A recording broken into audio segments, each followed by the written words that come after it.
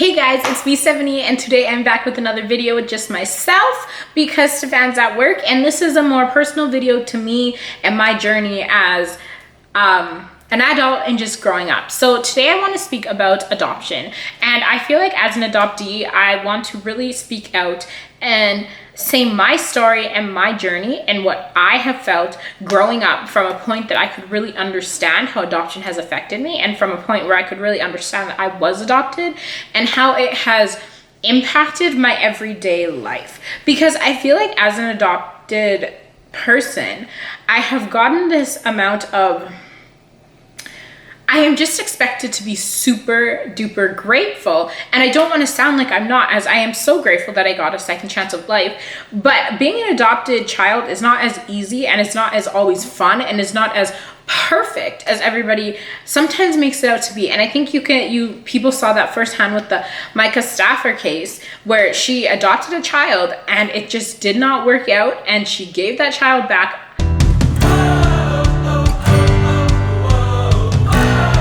So I today am starting a series on my adoption journey, or adoptee journey as that is, because I find I have seen a lot of adoption journeys of parents who are prospecting to adopt, or parents who are looking into adoption, or parents who are about to adopt a child, and they want you to follow them on their journey, but you never hear from the other side. You never really hear about the adoptee. You never really see the children as they're older and their thoughts on adoption. Well, there are some channels that really do show their adopted children and talk to them about their adoption stories and their adoption and how it has impacted their life. But as a 22-year-old, I would like to start an adoption journey as the adoptee, and just actually how it has impacted my life on every different level, good and bad.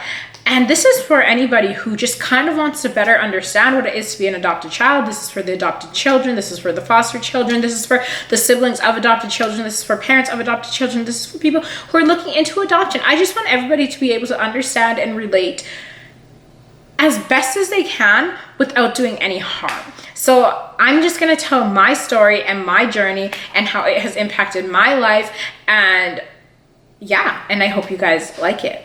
I was adopted from Port-au-Prince, Haiti when I was 1 year old. So I have no memory of being in the orphanage. I have no memory of even being in Haiti. I have no memory of my birth mom. Unfortunately, I wish I did, but that just, at 1 year old, you are just so young. And since I was adopted at 1 year old, I don't even know how much time I spent with my birth mom prior to being put in the orphanage.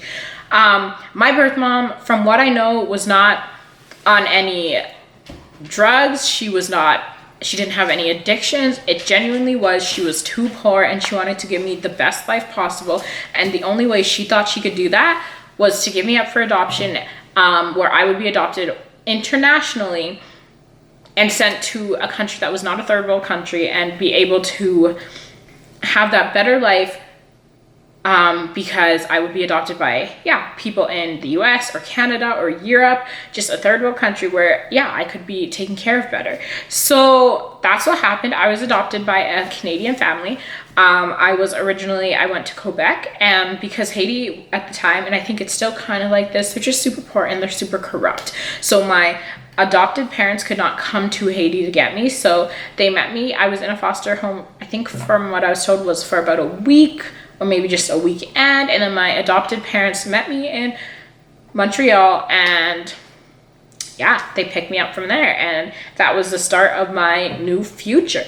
As a young kid, I like to think I was pretty happy. I was told I had some crazy tantrums. I would cry until I passed out because I would get so angry, and I just wanted to be held all the time, because that first year of my life I was pretty much in a crib all the time. The first year of your life is so vital for connecting with people and to get those interactions with people that you need to really connect with your parents, which is what I didn't have. I had a bunch of different workers working with me, and there were so many other kids in the orphanage that they didn't probably have the time and the resources back in 1998 to really support and give each of us children the interactions that we needed to help us in our future. Not saying that this was terrible, not saying that this has affected me in much of a way at all. I don't really know, but yeah, I just know that it's so vital to get that interaction in your first early days and your early year of life, just so that you're not feeling disconnected and so that you're not feeling abandoned and stuff early on. So yeah, I met my family, I was with them, and for the most part, I was a good baby.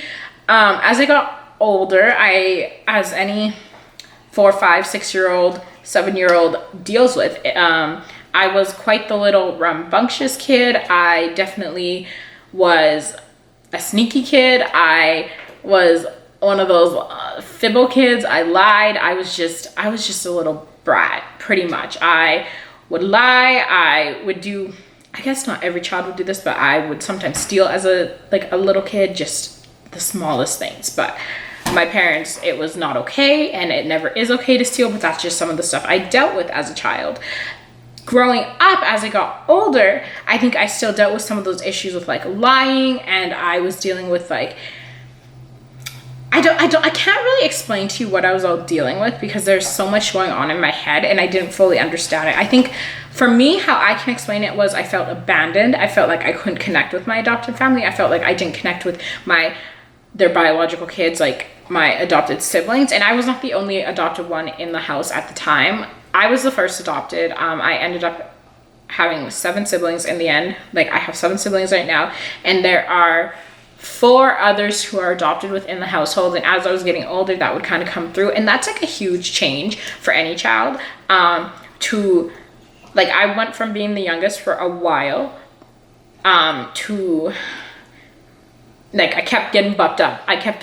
So now I'm in the middle, and I kept getting more siblings, and that's not terrible. But obviously, for someone who already doesn't feel like she can connect, and already doesn't feel like she is like her adopted family, and for someone like me who I didn't feel like I belonged, it was weird for me to always be getting bumped up to the point where I was in the middle, and I no longer was that youngest child, and all the attention was going on to other siblings in the household, and siblings who needed my parents' attention a lot more than I did. So I kind of was just in the middle, and I just did what I did. I helped my parents out a lot with babysitting my younger siblings.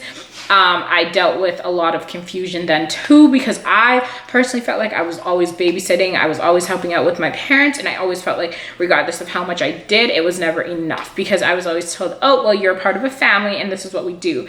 Now, for me, that statement always got on my nerves, because yes, I'm a part of a family and I'm grateful for being a part of the family, but I also never, I didn't choose to be in the family. I was adopted into this family, and this was chosen for me. The life that I had was chosen for me. It wasn't in any way my choice. So if I didn't want to babysit my little siblings, who are not always the easiest to babysit, I didn't feel like I should always have to do it. And I think that led to a lot of anger and resentment towards my adopted parents, because I felt like they were never listening to me. Yeah, I was just dealing with mental illness. I was dealing with the loss of not having my birth family. I was dealing with resentment. I was dealing with so much anger, stuff that was so overlooked. Now that I look back at it, stuff that I definitely needed support on, but I never got the support. And if I were to bring it up like a couple years ago, it was blamed on me for not getting the support. But as a 14-year-old, if you don't want to go to therapy, like, it doesn't matter. Like, I'm still a child, so like, if the child needs the support and the child needs that help, then as a parent, you should be making sure that they get that help. And for me, I was just told, well, you didn't want to go, so we pulled you out. And that to me doesn't add up. It doesn't work out for me. I understand what they're saying, but I don't think that's fair, because as I became 18, 19, it was really bad. A lot of my issues were really bad. I was still lying. I was still doing damaging things to my friendships, doing damaging things to my relationships with my adopted siblings, and I was so confused. I had no clue why I was doing those things. As an adult, I had so much, again, emotion, and I had so much trauma from being adopted that was so overlooked, and my adopted parents could never understand. They could never understand, no matter how hard they tried, and I don't really think that they chose to understand. And so it just came up as I got older and older, things got worse and worse. And for me, that to me is still something I struggle with. is the fact that I didn't get the support I needed when I needed it, even though sometimes I felt like I was crying out for help. And instead of getting that support, I was just getting in trouble, and I was just getting told I was a bad person. And yeah, people were just angry at me, and rightfully so, but I wasn't getting help. It was just anger, punishment, and then I would keep doing what I was doing because I was never taught the right coping mechanisms. I was never even really taught that a lot of these issues were from being adopted, and a lot of these issues were because I had trauma, and because I had anger, and because I didn't feel like I belonged, and because I wasn't connecting with people, and because I had attachment issues. I was never told that. In high school, I had those issues. I never felt like I fit in high school because I was a minority. I was a dark-skinned girl in a Dutch school. Like, everybody was like, I don't know, everybody was Caucasian, blue-eyed, blonde hair, and I was just a dark-skinned girl, and I was never going to fit in no matter how hard I tried. I was short because I was super malnourished as a baby. Like, when I was originally adopted, I was told that I was like the size of like a newborn baby. So I was malnourished really early on in my life, and then I just never really grew that tall. I think I'm 5 foot, maybe 5'1". My boyfriend will say I'm 5 foot nothing, so we'll go with that. And so I wasn't fitting in at school. I wasn't fitting in at home. I grew up in a religious family, and I went to youth group and stuff, but because I didn't fit in really at school, I didn't really fit in with the kids who also went to church. Like, I was friends with them, but I wasn't super close, and I lost a lot of my friendships going into high school and coming out of university. I'm sorry, not coming out of university, and coming out of high school. And that was really hard. Like, to feel like you don't belong, and to feel like you have no friends, and to feel like you don't have control on how you are dealing with situations because at the time you think it's right, but then you realize how wrong it was. It's super hard. It's like a weight that I could never get off. And instead of like people really understanding, even though I would apologize and try to be better, nobody would understand. And like, I'm really big on holding grudges, so I understand what it's like to hold a grudge, but people would also hold grudges. The people who are supposed to love you and care about you are holding grudges. And that was hard because that doesn't help my attachment issues, that doesn't help my sense of belonging, that doesn't help really anything. It made a lot of things worse. So in 2017, I met my boyfriend, and he was a huge pivotal turning point in my life. He was amazing. He was understanding. He was super empathetic. And he was everything that I, at the point in my life, needed as a friend, but not as a boyfriend. So he was encouraging. He would just be there to listen. And he knew I had my issues, but despite my issues, he gave me chances, and he understood me, and he tried to look at the best in me, and he was just super understanding. And it was something that nobody really ever was in my life. And he on a psychological level, I don't think he really realized or knew what was going on anyway, because he is polar opposite. Like, he was not into the psychology and all that. He was into forestry and outdoorsy. He never really went into the part of the person's head and mind and to understand that, but he just was a nice person, so he got it. As of me, I am studying to become a social worker because of my experiences and everything I've gone through, and I've studied psychology, and I kind of understand now why I was acting the way I was, and why certain people act the way that they do depending on their circumstances and how they started off in life. So in 2018, me and my boyfriend, we started dating, and there were some guidelines for us to be dating. Like, he wanted me to get help. He didn't want me to just be dealing with whatever I've been dealing with on my own, the way that I was coping with things, which was not right. So he told me that, like, if I was not able to better myself, if I was not able to get the support I needed, he could not date me, because you can't be somebody's only support, and you can't be trying to help someone and try to change someone if they're not willing to help themselves. And he was very clear on that. He's like, I want to support you, I want to help you, but I'm not going to be doing this without you doing something. So he, after a bit of not arguing, but just relentment, I don't even know, I was relentless, and I really didn't want to go to therapy. As my adoptive parents always told me, however, at 14, you can fight a 13, 14-year-old. At 19, it's a bit harder. So I really didn't want to go, and he just one day booked an appointment and was like, you're going, this is what's happening, I'm coming with you. And so he actually took work off for a day. He took me to therapy. He came with me. I was sad, I was scared, I was super nervous, but he was there to support me every step of the way. And I got a therapist that he knew and that I knew. So he knew that I was getting the right help. And then, yeah, I started therapy. And from then on, I'm not saying it was an easy road, but it was a slow but big change. Especially being in social work, I needed to be better. I needed to be 100%. I needed to be on top of my things. I needed to be a better person to be able to support the people that I wanted to support through their life difficulties and their life journeys. So going to that therapist was a huge